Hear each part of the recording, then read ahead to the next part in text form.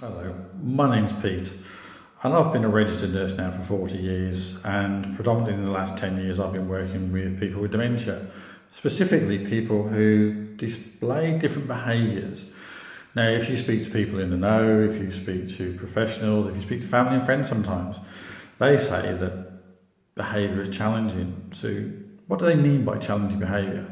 So that's the things that people do, they become awkward, frustrating, not helping us, almost like they're battling against us.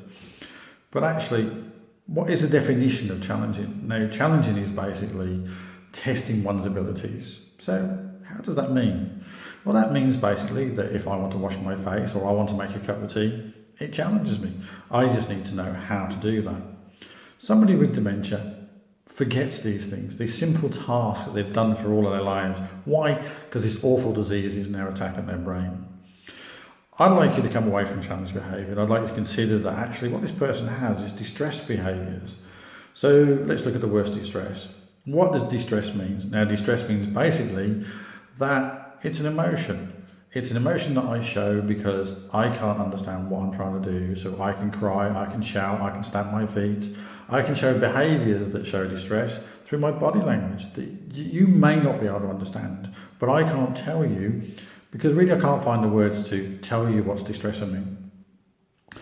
So in this video series, what I want to do is to talk about distress behaviours, and I'd like you to travel along with me and understand them.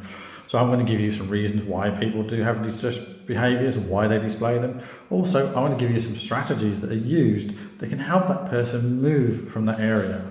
So follow me through and we'll talk about distress behaviours. But before we get into it and before I end this small video, I'd like you to understand that neither the person or the problem is what's happening. The problem is that the fact that they can't communicate. So their behaviours is because they're communicating something that distresses them. We're not understanding or reading the signals, and we need to show that we can actually do that.